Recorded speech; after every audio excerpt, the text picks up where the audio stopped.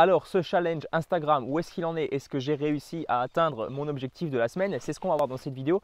Donc avant, n'hésite pas à t'abonner à cette chaîne si tu ne l'as pas encore fait. Également active la cloche de notification si tu veux recevoir une notification à chaque fois que je sors une vidéo. Et dans cette vidéo, comme je te l'ai dit et comme tu l'as peut-être deviné dans le titre, on va s'intéresser aux hashtags sur Instagram. Je t'invite à rester vraiment attentif, à rester jusqu'au bout parce qu'il y a des choses très intéressantes que tu risques d'apprendre par rapport à ces petits mots qui vont en fait faire de grosses différences sur tes publications. Où en est déjà mon challenge? Donc ça c'est la première chose, c'est peut-être la première question que tu te poses si tu ne me suis pas sur ce compte Instagram en question. Alors si tu me suis, tu as certainement vu que je suis arrivé à 231 abonnés Instagram. La semaine dernière, j'étais à 140 abonnés, tout simplement. Donc ça veut dire que j'ai réussi à gagner 90 abonnés environ. Donc à la fin de la journée, ça fera 100 abonnés que j'aurai gagné en une semaine, en 8 jours plus exactement. Donc c'est un peu moins que ce que je m'attendais, tout simplement parce que j'avais prévu de gagner 200 abonnés Instagram tout simplement par semaine pour pouvoir réussir mon challenge de 1000 abonnés en un mois. Alors c'est pas exactement 1000 puisque j'étais parti de 140 abonnés, mais c'est pas grave, c'est pas le souci puisqu'en fait cette semaine je me suis plutôt consacré à étudier diverses possibilités au niveau des hashtags, donc au niveau de ces petits mots-clés, puisque qu'est-ce qu'un hashtag? Tout simplement, peut-être que tu ne le sais pas, c'est un mot-clé qui va un peu catégoriser ta publication. Donc en gros, aujourd'hui, si toi tu veux créer une publication sur Instagram, tu vas mettre un hashtag, donc c'est un petit dièse, devant ton mot que tu vas mettre en dessous de ta publication.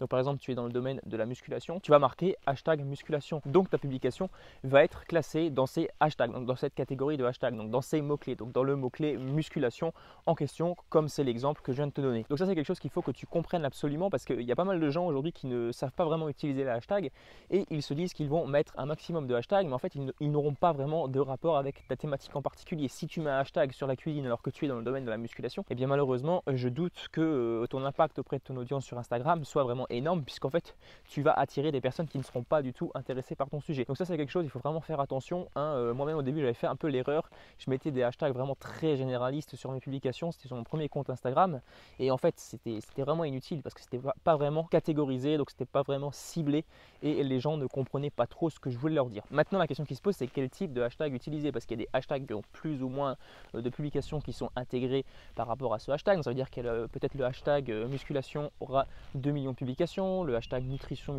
musculation aura peut-être 300 000 publications. Alors je ne sais pas, c'est un exemple, hein, comme ça, je n'ai pas vraiment de chiffres en tête précis puisque je n'ai pas mon compte Instagram là juste devant les yeux, mais c'est pour te dire que selon les hashtags, tu auras plus ou moins de publications à l'intérieur. Donc toi aujourd'hui, si tu veux avoir un impact vraiment lorsque tu débutes sur les hashtags en particulier, donc sur ce mot-clé sur lequel tu vas te baser, combien faut-il que tu vises de publications par hashtag pour pouvoir te positionner? Et bien ça, c'est pas moi qui l'invente, hein. J'ai regardé sur une étude, c'était pas vraiment une étude, c'était plutôt un article sur le marché américain qui disait, alors j'étais tombé par hasard dessus, je faisais un peu des recherches sur Instagram, mais qui disait que lorsque tu débutes, quand tu as moins de 1000 abonnés sur ton compte Instagram, essaye plutôt de te baser sur des hashtags qui ont moins de 500 000 publications. Pourquoi? Pour la simple et bonne raison que lorsque tu vas te positionner sur ces mots-clés qui ont peu de recherche en quelque sorte, enfin peu, 500 000 c'est quand même beaucoup, mais c'est beaucoup moins que 2 millions, 3 millions, 4 millions. Mais lorsque tu vas te baser là-dessus, en fait, tu auras beaucoup plus de facilité de te positionner et d'apparaître dans le truc de recherche, hein. Je pense que tu vois là, lorsque tu as la petite loupe juste en bas là, de ton compte Instagram, tu auras plus de chances d'apparaître là-dedans tout simplement et les gens seront plus susceptibles de venir cliquer sur ta publication.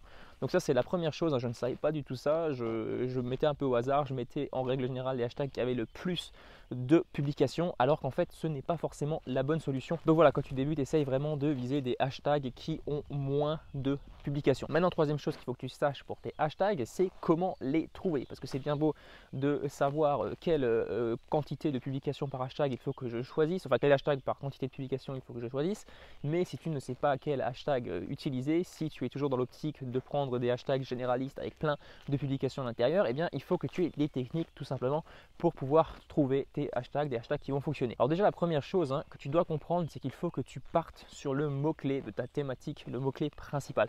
Donc si aujourd'hui tu es dans la musculation, tape hashtag musculation. Donc ce que tu vas faire, tout simplement, tu vas aller dans la partie hashtag sur ton compte Instagram et tu vas venir voir les gens, donc les entrepreneurs de ton secteur, peut-être des entrepreneurs ou alors des gens influents sur Instagram qui ont le plus de publications performantes. Donc tu vas voir tes concurrents en gros, rapidement, tu vas voir tes concurrents, tu vas cliquer sur le compte de ton concurrent, hein, pour faire concret et tu vas un peu naviguer sur ces différentes publications. Tu vas regarder les publications qui ont fonctionné le mieux et ça c'est vraiment très important. Ne prends pas les publications qui ont très mal fonctionné et tu vas regarder ce qui les caractérise toutes par rapport aux hashtags. Donc tu vas regarder ces hashtags en question qui ont généré le plus de likes, le plus de commentaires, etc.